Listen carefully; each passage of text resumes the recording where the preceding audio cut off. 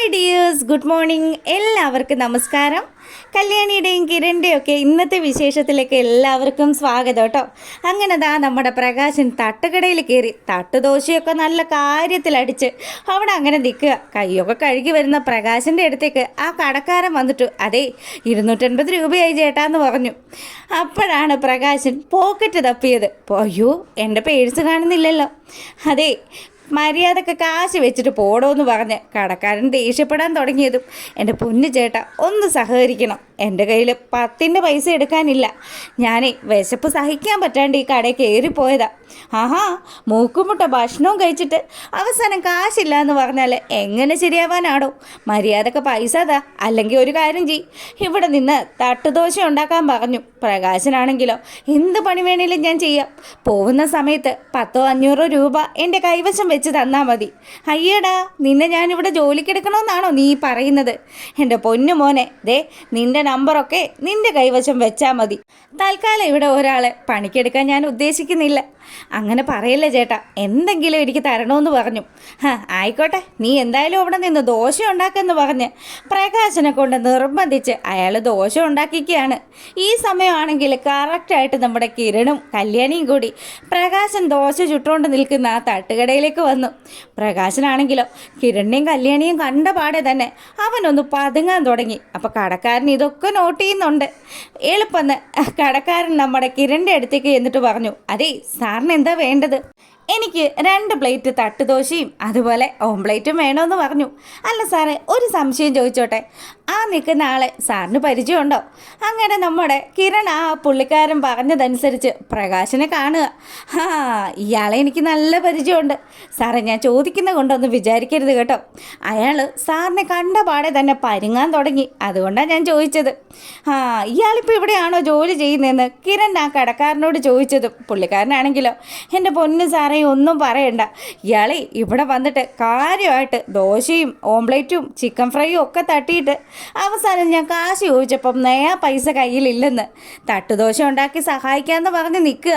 കല്യാണിയുടെയും കിരണിൻ്റെയും ഒക്കെ മുന്നിൽ പ്രകാശൻ വെള്ളറി വെളുത്ത് നിൽക്കുമ്പോൾ കിരൺ പറഞ്ഞു, ഇനി അവിടെ മറിഞ്ഞു നിൽക്കണമെന്നില്ല, ദേ ഇങ്ങോട്ട് പോര്, ഞങ്ങൾക്ക് വേണ്ടുന്ന സാധനമൊക്കെ ഇയാൾ തന്നെ ഉണ്ടാക്കി തരണമെന്നും പറഞ്ഞു. പ്രകാശനാണെങ്കിലും കിരണിനെ കൊല്ലാനുള്ള കലിയുണ്ട്. അങ്ങനെ ഇവിടെ ഈ കാര്യങ്ങളൊക്കെ നടക്കുമ്പോൾ നമ്മുടെ മൂങ്ങ മുത്തശ്ശിയും ഫ്രണ്ട്സും ഒക്കെ കൂടി ഇരുന്ന് ഭക്ഷണം കഴിച്ചുകൊണ്ടിരിക്കുക. അങ്ങനെ നമ്മുടെ മൂങ്ങ മുത്തശ്ശിയുടെ അടുത്ത് കൂട്ടത്തിലുള്ള ഒരു അമ്മ പറഞ്ഞു, അതെ ഇന്നിവിടെ ഒരു മേഡം വരുന്നുണ്ട്, ആ മേഡത്തെ പോയി കണ്ടു കഴിഞ്ഞാൽ വല്യമ്മയുടെ സങ്കടമൊക്കെ മാറും. ദേ നിങ്ങൾക്ക് ഇവിടെ സുഖമായിട്ട് ജീവിക്കാം. ആ മോള ഈ സദനത്തിലെ എല്ലാ കാര്യങ്ങളും നടത്തുന്നത്. ആ വാർഡനെ പോലെ മനുഷ്യപ്പറ്റില്ലാത്തവരൊന്നും അല്ലെന്നേ. പിന്നെ ഒരു കാര്യം ആലോചിച്ചാൽ നമുക്ക് എല്ലാവർക്കും വേണ്ടി സഹായം ചെയ്യാനായിട്ട് ഈശ്വരൻ തന്നെ ഭൂമിയിലേക്ക് വിട്ടത് ആ മോളെ എന്നൊക്കെ ആ അമ്മൂമ്മ പറയുന്നത് കേൾക്കുമ്പോൾ നമ്മുടെ മൂങ്ങയാണെങ്കിൽ എന്ത് ചെയ്യാനാ? ഈ വയസ്സാം കാലത്ത് ഇങ്ങനെയൊക്കെ ജീവിക്കാനായിരിക്കും തൻ്റെ വിധി. ഇനിയിപ്പോൾ ഇവിടെ നിന്ന് എങ്ങോട്ട് പോവാനാ? ഇനിയുള്ള കാലം ഇവിടെ നിങ്ങളോടൊപ്പം താമസിക്കാൻ വേണ്ടിയിട്ടാണ് ഞാൻ ആലോചിക്കുന്നതെന്ന് കൂടി മൂങ്ങ പറഞ്ഞു. അങ്ങനെ ഇവർ സംസാരിച്ചു കൊണ്ടിരിക്കുന്ന സമയത്താണെങ്കിൽ ആ വാർഡൻ അങ്ങോട്ട് വന്നിട്ട് പറഞ്ഞു, അതെ ഇന്ന് അമ്മയുടെ മോൻ കൂട്ടാൻ വരുമെന്നല്ലേ പറഞ്ഞത്, പിന്നെ വരുന്ന സമയത്ത് ഇവിടെ ആ മേഡം ഉണ്ടാവും, അപ്പം മേഡത്തെ കണ്ടൊന്ന് സംസാരിക്കണം. ആ പുള്ളിക്കാർ പറയുന്നതനുസരിച്ച് ഇവിടുത്തെ കാര്യങ്ങളൊക്കെ മുന്നോട്ട് പോവുള്ളൂ. എങ്ങനെയെങ്കിലും മേഡത്തെ കൊണ്ട് സമ്മതിപ്പിക്കണം. അങ്ങനെയാണെങ്കിൽ നിങ്ങൾക്ക് ഇവിടെ താമസിക്കാനായിട്ട് ഒരു ബുദ്ധിമുട്ടും ഉണ്ടാവില്ല എന്ന് വാർഡൻ വന്ന് പറഞ്ഞിട്ട് പോവാം. ഇത് കേട്ടതും മൂങ്ങയ്ക്ക് നല്ല ടെൻഷനായിട്ടോ.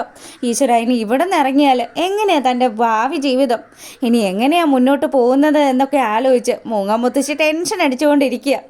എന്തായാലും ഇപ്പം കിട്ടിയ ഈ ആഹാരം അത് കാര്യത്തിന് കഴിക്കാം. ഇനി തൻ്റെ മകൻ കൊണ്ടുപോയി കഴിഞ്ഞാൽ അവൻ്റെ കൈവശം പൈസയൊന്നും ഉണ്ടാവില്ലല്ലോ. അങ്ങനെ ആ അമ്മ അവിടെ ഇങ്ങനെ ഇരിക്കുക. ഈ സമയമാണെങ്കിൽ പ്രകാശൻ നമ്മുടെ മൂങ്ങമുത്തശ്ശിയുടെ അടുത്തേക്ക് വന്നു. അമ്മ എന്തായി, എന്തെങ്കിലും കഴിച്ചോ എന്ന് ചോദിക്കുമ്പം കഴിച്ചടാ മോനെ, സത്യം പറഞ്ഞാൽ ഇന്നലെ രാത്രി നന്നായിട്ട് കിടന്ന് ഉറങ്ങാനും പറ്റി. ഇത്രയും ദിവസത്തിനിടയ്ക്ക് സമാധാനമായിട്ട് ഇങ്ങനെ ഒന്ന് കിടന്ന് ഉറങ്ങാൻ സാധിച്ചിട്ടില്ലല്ലോ. എന്തായാലും വിക്രത്തിൻ്റെ വിശേഷങ്ങൾ എന്തൊക്കെയുണ്ട്? വിക്രം നിന്നെ വിളിച്ചോ, കാണുകയോ എന്തെങ്കിലും ചെയ്തോ എന്ന് പ്രകാശനോട് മൂങ്ങ ചോദിക്കുക.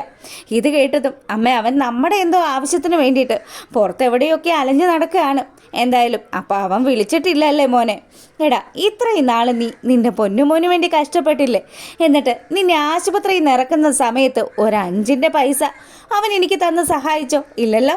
എന്നിട്ട് നീ ഇപ്പോഴും അവനെ ശരണമെന്നും പറഞ്ഞ് പാടി നടക്കുന്നത് കാണുമ്പോൾ നല്ല വിഷമമുണ്ട് മോനെ. ഞാൻ എത്ര പേരുടെ കാല് പിടിച്ചിട്ട് അന്ന് നിന്നെ ഒന്ന് ആശുപത്രിയിൽ നിന്ന് ഇറക്കിയത്. അതുമല്ല ദേ ഇനി ഞാൻ ഇവിടെ നിന്ന് വരാനൊന്നും തയ്യാറല്ല. ഇന്നിവിടെ ഒരു മേഡം വരുന്നുണ്ട്. ആ മേഡമാണ് ഇവിടുത്തെ കാര്യങ്ങൾ മുഴുവനും നോക്കുന്നത്. എന്തായാലും നമുക്ക് അവിടെ ആ ഫംഗ്ഷൻ നടക്കുന്ന സ്ഥലത്തേക്ക് പോകാമെന്ന് പറഞ്ഞ് പ്രകാശനും മൂങ്ങ മുത്തശ്ശിയൊക്കെ അങ്ങോട്ട് പോകുമ്പം അവിടെ ആ വാർഡൻ ആ ഒരു വരാൻ പോകുന്ന ആളെക്കുറിച്ച് അനൗൺസ് ചെയ്തുകൊണ്ടിരിക്കുക. അങ്ങനെ പ്രകാശനും മൂങ്ങയും ഒക്കെ ഞെട്ടിക്കൊണ്ട് നിൽക്കുകയാണ്. നമ്മുടെ കല്യാണിയാണ് അങ്ങോട്ട് വരുന്നത്. കല്യാണിയെ കണ്ട പാടെ തന്നെ അയ്യോ ഇവളാണോ ഇവിടുത്തെ ആള്, എന്തിനാ മോനെ നീ എഴുന്നേറ്റ് പോകുന്നത്, അവൾക്ക് പറയാനുള്ള കാര്യങ്ങൾ കൂടി നമുക്ക് കേൾക്കാമെന്ന് പറഞ്ഞു. അങ്ങനെ നമ്മുടെ കല്യാണി പലരെക്കുറിച്ചും സംസാരിച്ച് വരുന്ന കൂടെ പ്രകാശനെയും മൂങ്ങയും കാണുകയാണ്. അപ്പം ഇവരാണ് ഇനി തൻ്റെ സഹായത്തിന് വേണ്ടി കാത്തു നിൽക്കുന്നതെന്ന് അറിയുമ്പോൾ കല്യാണിക്ക് നല്ല സങ്കടമൊക്കെ ഉണ്ട് കേട്ടോ. പ്രകാശനാണെങ്കിലോ കല്യാണിയുടെ പ്രസംഗം കേട്ടിട്ട് ഇഷ്ടപ്പെടാതെ അമ്മേ ഇവളാണ് ഇവിടുത്തെ ആളെങ്കിൽ ഇനി എൻ്റെ അമ്മ ഒരു നിമിഷം പോലും ഇവിടെ നിൽക്കാൻ പറ്റത്തില്ല, ഞാൻ സമ്മതിക്കില്ല എന്ന് പറഞ്ഞ് മൂങ്ങ മുത്തശ്ശിയുടെ കയ്യും പിടിച്ച് പ്രകാശൻ ആ മുറ്റത്തേക്ക് കൊണ്ടുപോവാണ്. ഇത് കാണുമ്പോൾ കല്യാണി ഉൾപ്പെടെയുള്ള ആൾക്കാർ അമ്പരന്ന് നിൽക്കുന്നു. കല്യാണിയാണെങ്കിലോ അവിടുത്തെ വാർഡൻ്റെ അടുത്ത് പറഞ്ഞു, അതെ ഞാനാണ് അവർക്ക് സഹായം ചെയ്യുന്നത്, അതുകൊണ്ട് അതിൻ്റെ ഒരു സങ്കടത്തിൽ അവരിവിടെ നിന്ന് എഴുന്നേറ്റ് പോയത്. അല്ല അതെന്താ മേഡം അങ്ങനെയെന്ന് ചോദിക്കുമ്പം അതൊക്കെ ഉണ്ട്, എല്ലാം വഴിയെ പറയാമെന്ന് പറഞ്ഞ് കല്യാണി അമ്മമാരെയും കൂട്ടിയിട്ട് നമ്മുടെ മൂങ്ങ പോയ വഴിക്ക് അവരുടെ പിന്നാലെ ചെല്ലുക. ഈ സമയമാണെങ്കിൽ പ്രകാശനോട് മൂങ്ങ മുത്തശ്ശി ചോദിച്ചു, നീ എന്നെ എങ്ങോട്ടാടാ ഈ പിടിച്ചു വലിച്ചുകൊണ്ട് പോകുന്നത്? എടാ നിനക്ക് ഒരു നേരത്തെ ആഹാരം നിനക്ക് വാങ്ങിത്തരാൻ പറ്റുമോ? പറ്റില്ലല്ലോ. എന്നിട്ടാണോ നീ എന്നെയും കൂട്ടിയിട്ട്? അതും എനിക്ക് വയ്യ എൻ്റെ പ്രകാശ, ഞാൻ മടുത്തു. എല്ലാവരുടെയും മുന്നിൽ നിന്ന് കൈ നീട്ടി നാണം കെട്ട് ഞാൻ മടുത്തു. എടാ വയസ്സാകുന്ന അച്ഛനെയും അമ്മയും ഒന്നും നോക്കാൻ കഴിയുന്നില്ലെങ്കിൽ നീയൊക്കെ പിന്നെ എന്തിനാ ഒരു മോനാണെന്ന് പറഞ്ഞ് നടക്കുന്നത്? നീ ഒരുത്തന് വേണ്ടിയിട്ട് നീ ഒരുപാട് കഷ്ടപ്പെട്ടല്ലോ. ഇന്ന് നിനക്ക് എന്തെങ്കിലും ഒരു ജോലി എടുത്ത് ജീവിക്കാൻ പറ്റുമോ? ഇല്ലല്ലോ. നീ ഒരു അസുഖക്കാരനായി അതിൻ്റെ ഇടയ്ക്ക് ഞാനും കൂടി വന്നു കഴിഞ്ഞാൽ ഞാൻ എവിടെ ഒന്ന് കിടക്കും? നീ അമ്പലത്തിൻ്റെ വാതിക്കയിലും കടത്തിണ്ണയിലും ഒക്കെ പോയി കിടക്കുമായിരിക്കും. പക്ഷെ അതുപോലെ എനിക്ക് പറ്റുമോടാ? 19 വയസ്സ് കഴിഞ്ഞു. ഞാൻ ഇനി എങ്ങനെയാണ് മുന്നോട്ട് പോകുന്നത്?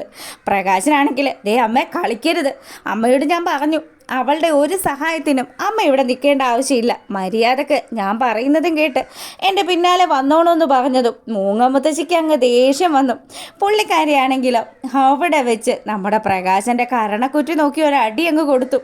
എടാ ഒന്നിനും കഴിയാത്ത നീ എന്നിട്ടും നിൻ്റെ വാശിയുടെ പിന്നിൽ ദേ എന്നെ വിളിച്ചുകൊണ്ട് പോവുകയാണ്. എന്നെ എവിടെ കൊണ്ടുപോയി താമസിപ്പിക്കും? നിന്നോട് ഞാൻ 2-3 കാര്യങ്ങൾ ചോദിച്ചിട്ട് അതിനേതിനെങ്കിലും നിനക്ക് ഉത്തരം ഉണ്ടോടാ? അതും പോരാഞ്ഞിട്ട് ഇവിടെ നിന്ന് പ്രസംഗിക്കുന്നു. അങ്ങനെ നമ്മുടെ കല്യാണിയാണെങ്കിലോ അതെങ്ങനെയാ സ്വന്തമായിട്ട് ഭക്ഷണം കഴിച്ചാൽ അതിൻ്റെ പൈസ പോലും കൊടുക്കാനില്ലാത്ത ഇയാൾ ഈ അമ്മമ്മയെ കൊണ്ടുപോയിട്ട് എവിടെ കൊണ്ടുപോയി നോക്കാനാണ്? അത് തന്നെയാണ് മോനെ ഞാൻ പറഞ്ഞത്. അമ്മയ്ക്ക് നല്ല വിഷമമുണ്ട്. മോനൊരു കാര്യം മനസ്സിലാക്കണം, മോനെ കൊണ്ട് ഇനി ഒന്നിനും നടക്കില്ലടാ. ആ സമയത്ത് ഞാൻ എന്തിനാ വെറുതെ മറ്റുള്ളവരെ വെറുപ്പിക്കുന്നത്?